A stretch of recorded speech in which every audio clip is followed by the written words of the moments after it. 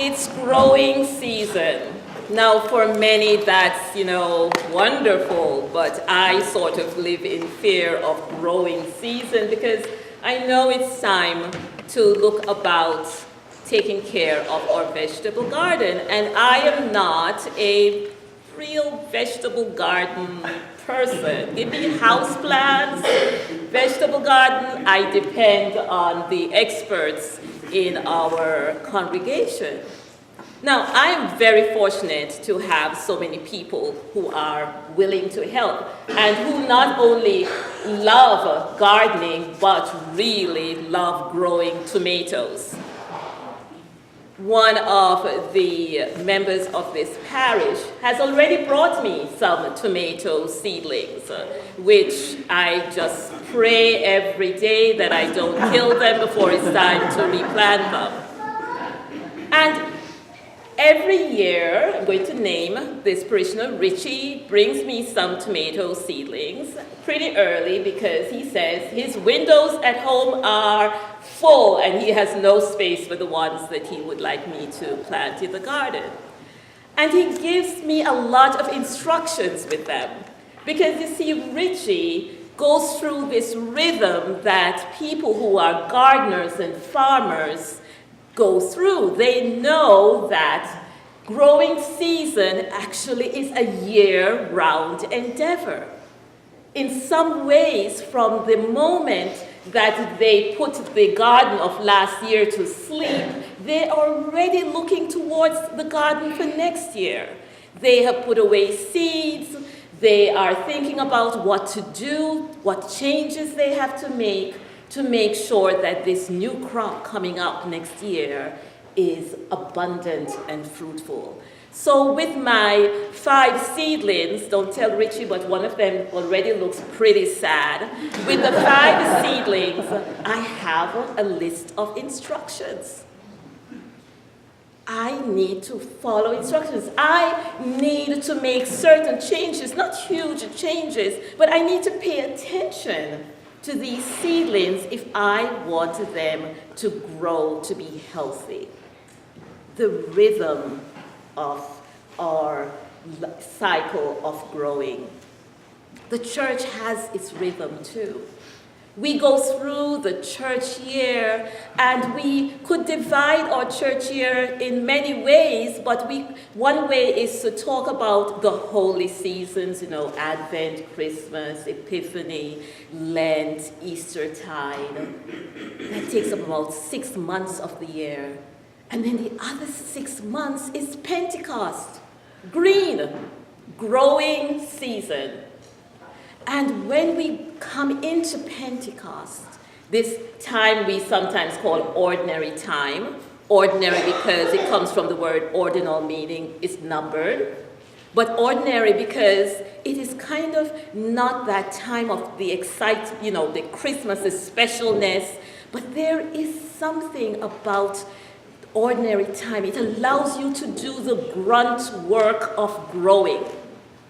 You need to do the work of growing because it takes our attention. We must be willing to change, and we must be willing to open our eyes to see what's going on around so that we can have abundant harvest. And this year, we are going to spend the first 8 weeks of this Pentecost time in the book of Mark. Now, Mark loves to give us the story of Jesus' life as if it's happening, 1 second after another. We are only at the end of chapter 2 in Mark, in this gospel reading we just heard. And yet Jesus has been amazingly busy, just from one thing to the next.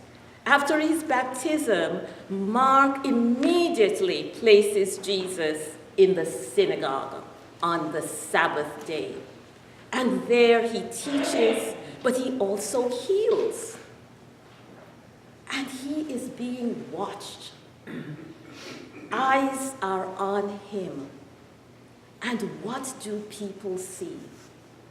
They see that he has healed someone who has been possessed by an evil spirit. And then right after that, he goes and he heals Simon Peter's mother, who is in bed with a fever.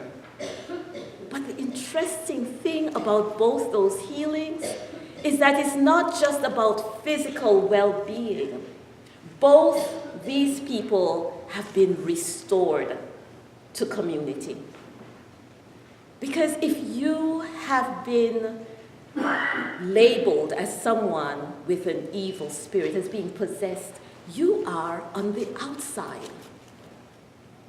To be healed brings you back into community, restores wholeness.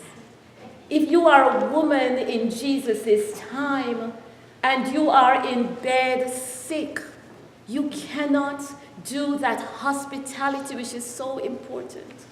And so in healing Peter's mother-in-law, she immediately comes out of bed and she immediately begins to offer hospitality, restored to community. And they watch Jesus. And what do they see next? He calls Levi, the tax collector, an outsider, despised. He is, in cahoots with the Roman authorities that's oppressing the people. He's collecting taxes from people who are poor, downtrodden, to feed the Roman Empire. And he calls Levi and says, "Come follow me." Because there is nothing, Jesus seems to be saying, that must keep you on the outside. It doesn't matter what you have found yourself involved in. Jesus calls you to come follow him. And you can be restored to community. And then, after Levi, he is accused of not having his disciples fast, not following the rules of the faith community. And he says, why should they fast? I'm here. It is time to celebrate. Why follow the rules of church or the rules of whatever organization unless it is restoring you, unless it's feeding you, unless it's doing good? Why? Why follow it, he seems to be saying. And then we come to today's lesson. And he and his disciples are walking on the Sabbath through a field, making their way. That's work. If you are clearing the way, that's work. If you are plucking the grain, that's work. They're breaking the rules. And Jesus said, do you know why that rule was made? We heard it read today by Aaron. That rule was made to restore community. The people had just come out of slavery. They had been oppressed. They had no say in when they could work, what kind of work they should do. They had no say in how they should live. And God heard their cry of help, brought them out of Egypt, and in the path to the promised land, he gave them this rule to keep the Sabbath, a time for rest, a time for restoring yourself, a time for community to gather and get together, restoration, compassion, love. That's what the Sabbath is about. And if for some reason he seems to be saying to us that your Sabbath worship, your church work, any ministry you're involved in, stops you from being restored, stops you from reaching out to someone, then you need to not follow it. That is not what it's all about. It's about restoration, compassion, healing, and hope. And so when the man with that withered hand that has stopped him from being part of his community is sitting there in the synagogue, Jesus says, stretch out your hand, and heals him, restores him to community. in this season of growth, what do we see and hear when we watch Jesus in Scripture? We see that the most important thing of all will not be the rules we follow, will not be convictions that we may have because of things that we have done in the past. It's not the status quo.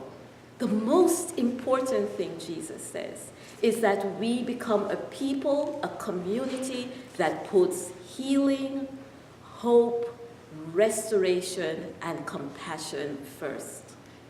If anything gets in your way of helping yourself become a deeper in your faith or helping someone in need, Jesus says, think about that. Is it better to do good on the Sabbath, he says? Is it better to heal on the Sabbath, he asks? We have to ask ourselves that as we sit together as a community, as we go out to do the work of growing into our faith. Amen. Amen.